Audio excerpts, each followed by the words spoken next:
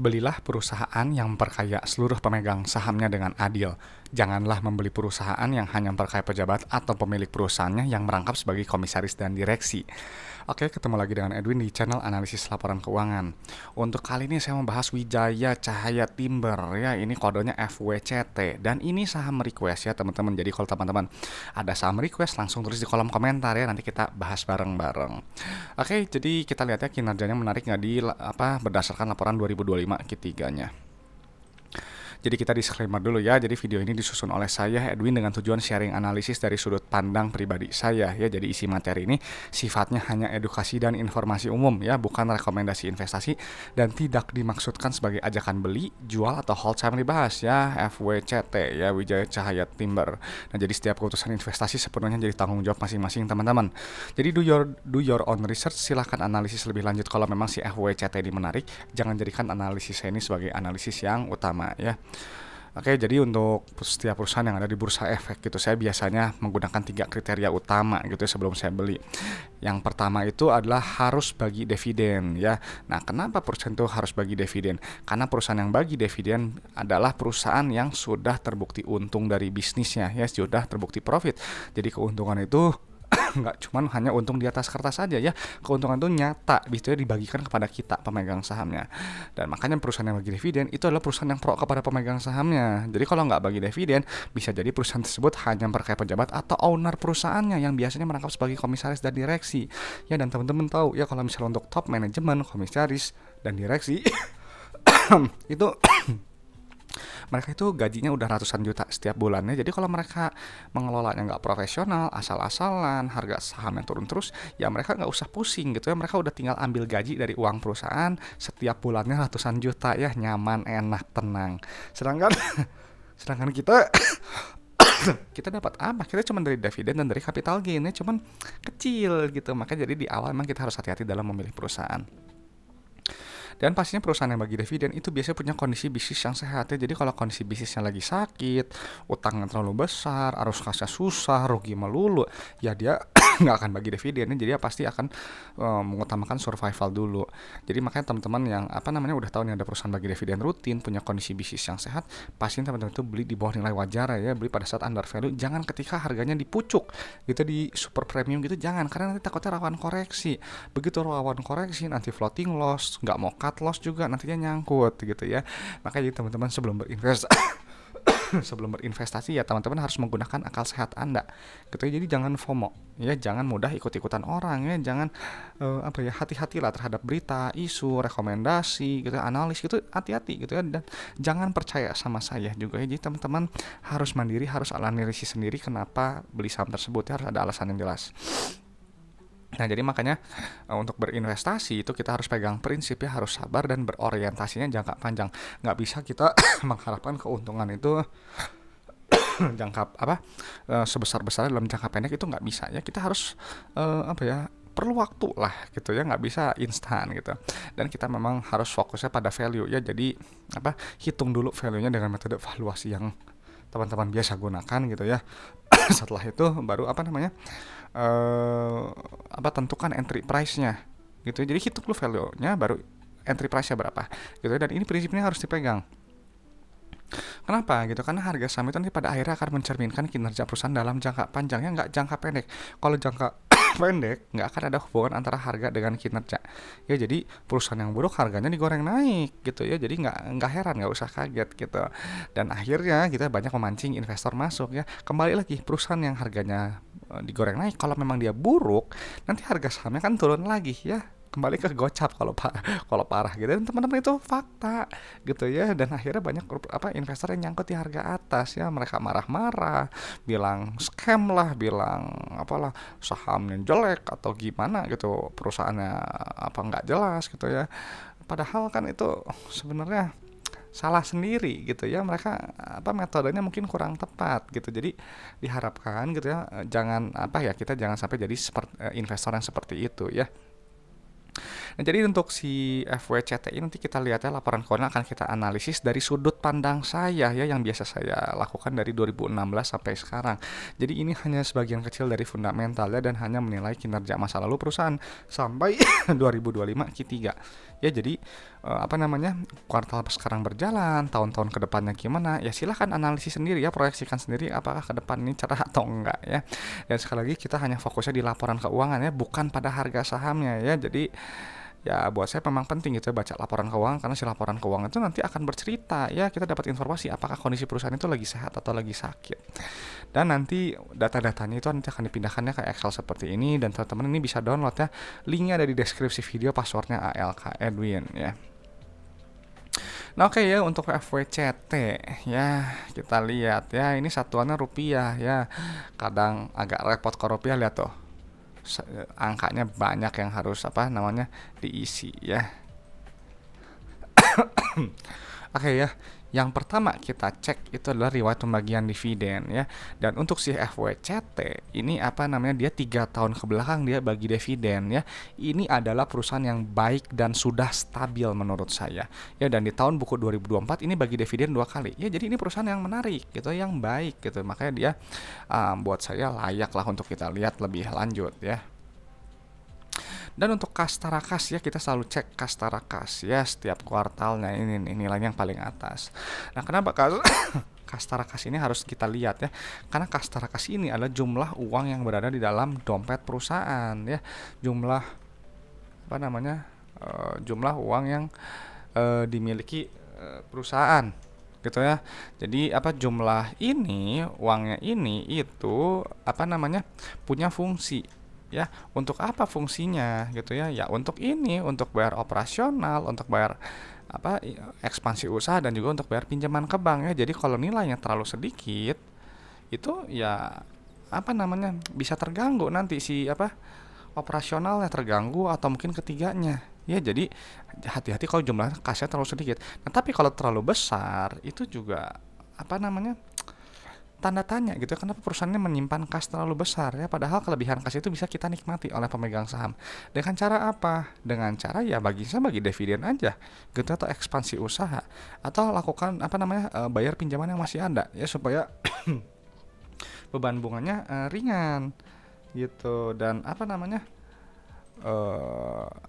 satu lagi ya, bisa buyback saham aja ya, supaya mengurangi jumlah saham beredar, supaya nanti EPS dan dividen per share nanti dia bisa lebih besar gitu ya, dan kita pemegang saham nanti akan diuntungkan ya. Oke, setelah itu kita cek ke bagian ekuitas ya, yang mana yang ini nilainya ya. Nah, tapi sebelum ke ekuitas, kita biasanya cek saldo labanya dulu ya. Nah, kenapa saldo laba ini harus kita lihat ya? Karena saldo laba ini adalah jumlah akumulasi keuntungan yang telah dihasilkan perusahaan dari semenjak perusahaan ini pertama kali berdiri sampai sekarang 2025 Q3. Jadi si FWCT dari dulu pertama kali berdiri sampai sekarang 2025 Q3 telah menghasilkan total profit itu 174 miliar. Ya, ini perusahaan yang baik, artinya sudah terbukti untung. Maka kalau saldo labanya positif, dia bisa bagi dividen. Ya, jadi kalau dia perusahaannya rugi terus gitu ya, biasanya saldo labanya negatif ya, dan kalau negatif itu termasuk kategori perusahaan bermasalah buat saya. Ya, jadi kalau perusahaan bermasalah, kalau harganya digoreng naik tinggi, ya saya nggak peduli gitu ya, saya nggak akan beli sahamnya gitu, kecuali lihat laporan keuangannya gitu ya, supaya jadi belajar gitu ya, mempelajari gitu, mempertajam analisis gitu. Nah, jadi ini bagus ya, saldo labanya positif gitu ya, dan kita langsung lihat ke bagian ekuitas pemilik ya, yang ini nilainya.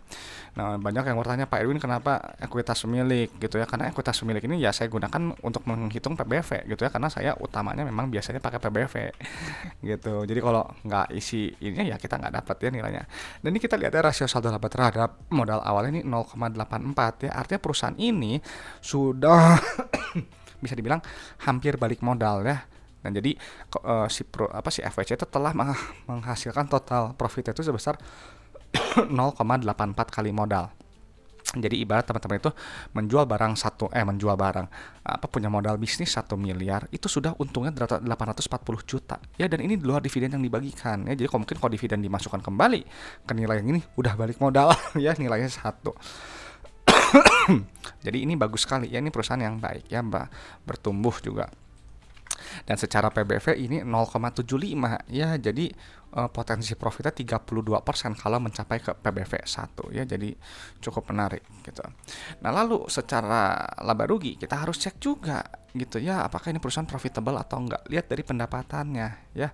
Nah perusahaan yang bagus itu adalah yang pendapatannya cenderung naik ya, cenderung bertumbuh gitu. Jadi barang atau jasa yang dijual perusahaan ini dia disukai customer ya. Jadi ya relevan lah untuk customer, makanya pendapatannya naik karena customer beli terus. Dan nanti si pendapatan nanti akan dikurangi oleh harga modal barang atau jasa. Ya nanti keluar laba bruto yang ini nilainya. Nah laba bruto ini penting sekali untuk melihat inti efisiensi perusahaan ya, untuk melihat apa kemampuan perusahaan menempatkan harga jual barang atau jasa di atas harga modalnya lewat gross profit margin. Ini misalnya 12% nih nilainya ya. Jadi bisa dibilang teman-teman menjual barang 100.000, itu 12.000-nya itu adalah untung kotornya ya, 88.000-nya itu adalah harga modal barang atau jasa. Jadi carilah perusahaan yang gross profit marginnya setebal mungkin, setinggi mungkin, sesuai dengan sektornya ya. Nah jadi nanti kenapa? Karena semakin besar laba bruto nanti akan semakin besar laba bersihnya. Karena nanti si laba bruto ini nanti kan dikurangi oleh beban operasional, beban keuangan, beban pajak, nanti keluar laba bersih yang ini gitu ya. Nah ini nilainya gitu, ini penting karena ini adalah inti dari laporan laba rugi ya, perusahaan ini untung atau enggak. Dan kita udah lihat ya ini profitabilitas data keuangan laporan laba rugi udah kita pindahkan. Jadi ini si FWCT ini secara kinerja pendapatannya bagus ya, dia naik, gross profitnya dia naik juga, dan net profitnya juga naik ya. Jadi ini bukan simetris ya, relevan gitu ya, naik semua ya. Jadi ini bagus ya, indikator yang baik. Dan secara PER ini udah cukup murah ya, ini di bawah 5 PER ya, karena saya cari yang di bawah 10 juga ya. Ini PBV udah di bawah 1, ini udah di bawah 5, jadi udah cukup menarik ini sebenarnya, bisa dimasukkan ke dalam watchlist gitu ya. Cuma saya nggak tahu ya ini si FWCT ini bisnisnya apa nih, nanti teman-teman cek lagi ya bisnisnya apa gitu. Dan jangan hanya berhenti di laba rugi ya, selalu cek ke bagian arus kas ya untuk memvalidasi si pendapatan gitu. Kenapa? Karena kalau pendapatan itu dia sifatnya akrual, jadi dicatat aja gitu ya, tanpa memperhitungkan kas yang masuk. Sedangkan kalau laporan arus kas itu menghitung berdasarkan uang kas yang diterima ya, dari penerimaan kasnya. Ini kita harus cek gitu, jadi kita harus pindahkan dulu angkanya ya. Nah jadi gimana maksudnya validasinya Pak Edwin gitu ya, caranya lihat dari rasio penerimaan kas terhadap pendapatan. Ini 99% ya, jadi bisa dibilang misalnya teman-teman jual barang 100 juta, customer itu bayar 99 juta ya, hampir 100% gitu. Jadi cari yang mendekati 100% seperti ini ya, dan ini ada perbaikan kinerja ya secara penerimaan kas, jadi ini baik sekali gitu. Jadi kan ingat ya, kas yang dikumpulkan itu kan punya fungsi bayar operasional, ekspansi usaha, dan juga untuk bayar pinjaman ke bank. Jadi jangan terlalu rendah. Ya, kan kalau misalkan yang periode sebelumnya ya, bilang kan 905 miliar ya pendapatan, uang diterima cuma 838 miliar. Gitu ya. Jadi ada selisihnya lumayan besar. Gitu ya. Ini masih bagus ya di atas 90%. Nah, kalau yang periode sekarang ini 1,1 4 ya, 1,140 ya. Ini juga selisihnya sedikit. Ya selisihnya cuma 4 miliar. Jadi ini customernya bayar full gitu ya. Jadi ini bagus gitu. Cari yang seperti ini. Nah, uang udah diterima ya 1 triliun ya. 1,1 triliun gitu ya. Dibayarkan untuk apa? Bayar supplier, bayar karyawan, bayar pajak, bayar apa lagi? Beban keuangan. Nah, ini keluar net CFO seperti ini ya. Dan ini bagus ya. Kenapa bagus? Karena nilainya positif ya. Kalau positif artinya dia menghasilkan uang tunai dari bisnisnya ya. Jadi dia uangnya tuh nggak cuma habis untuk bayar operasional. Beda nggak kayak periode sebelumnya, dia negatif. Jadi bayangin teman-teman ya, udah terima uangnya 838 miliar, uang itu habis untuk operasional semuanya, dan kurang 17 miliar ya, perlu nombok gitu. Jadi periode sebelumnya ini nggak sehat sebenarnya ya, tapi kalau yang sekarang ini bagus ya, menghasilkan uang tunai.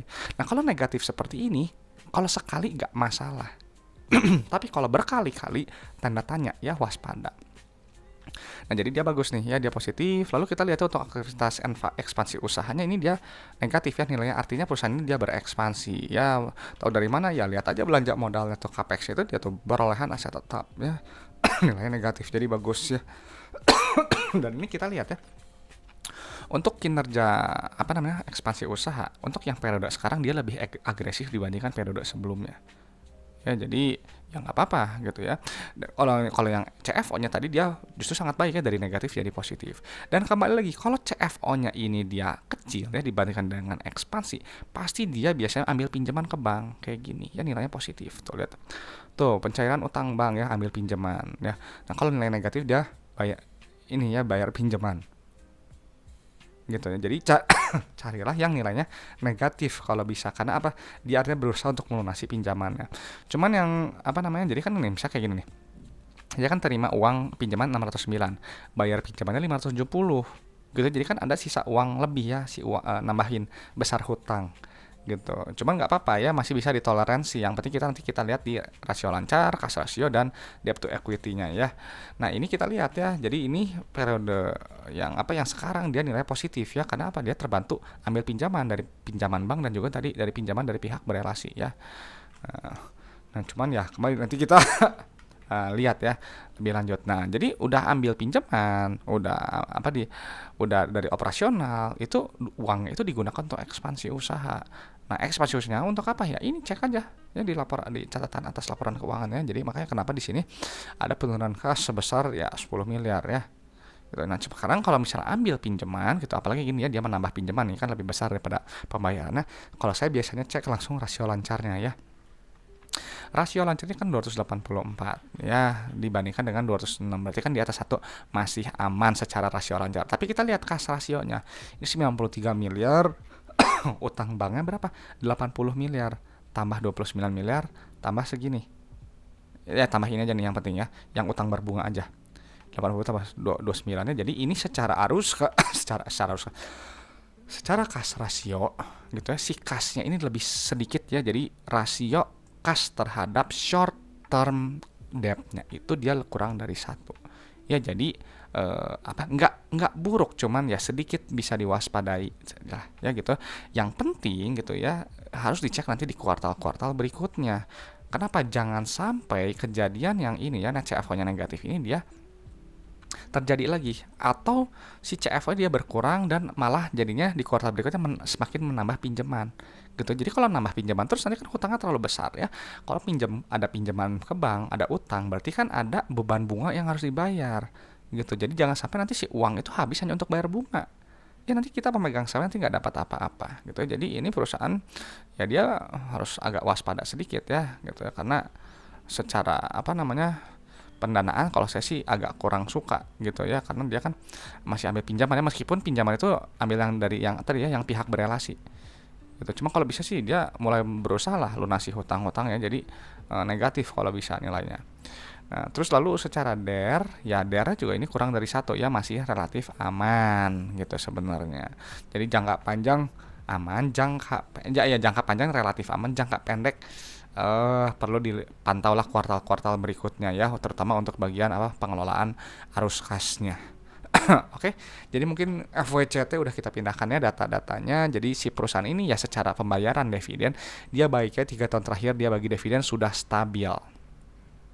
Nah, lalu untuk saldo laba dia positif setelah menghasilkan total profitnya sebesar 0,84 kali modal ya, dengan PBV murah, cukup murah ya, 0,75, potensi profitnya di 32% ya kalau mencapai PBV 1. Dan untuk secara PER juga ini cukup murah ya, tadi di bawah 5 ya, jadi ya bisa cukup menarik. Namun secara arus kas tadi ya, kesimpulannya perlu dipantau di kuartal-kuartal berikutnya gitu ya, jangan sampai hutangnya nanti nggak kekontrol. Karena kalau misalnya kas rasionya dia udah terlalu kecil sekali dibandingkan dengan hutang hutang jangka pendek yang berbunga itu ya, nanti bahaya. Nanti artinya perusahaan itu nanti akan berkutat dengan utangnya, gimana caranya untuk melunasi utang jangka pendek yang dengan bunga itu ya. Oke. Oke, jadi itu aja mungkin pendapat saya untuk FWCT ya gitu ya. Jadi tergantung ya buat teman-teman, apakah si FWCT ini menarik atau enggak, boleh sampaikan di kolom komentar ya. Dan kalau Kalau ada request saham gitu ya, teman-teman boleh sampaikannya di kolom komentar, nanti akan saya bahas ya, kita jadwalin. Dan kalau ada pertanyaan seputar investasi saham juga boleh sampaikannya supaya nanti saya jawab ya. Dan mungkin itu aja mungkin yang bisa saya sharingkan gitu ya. Sebelumnya saya mohon maaf gitu ya, kadang memang kalau saya bahas analisisnya malam kadang batuknya suka menjadi-jadi gitu. Beda nggak kalau saya bahasnya pagi atau siang gitu. Cuma kadang saya hari-hari pagi dan siang itu kadang ada kesibukan, jadi ya saya sisanya saya baru bisa malam gitu. Oke, mungkin teman-teman itu aja yang bisa saya sampaikan gitu ya. Semoga bermanfaat, semoga bisa memperkaya pandangan teman-teman dalam menilai suatu perusahaan ya. Saya Edwin dari channel Analisis Laporan Keuangan. Sampai jumpa di video-video berikutnya.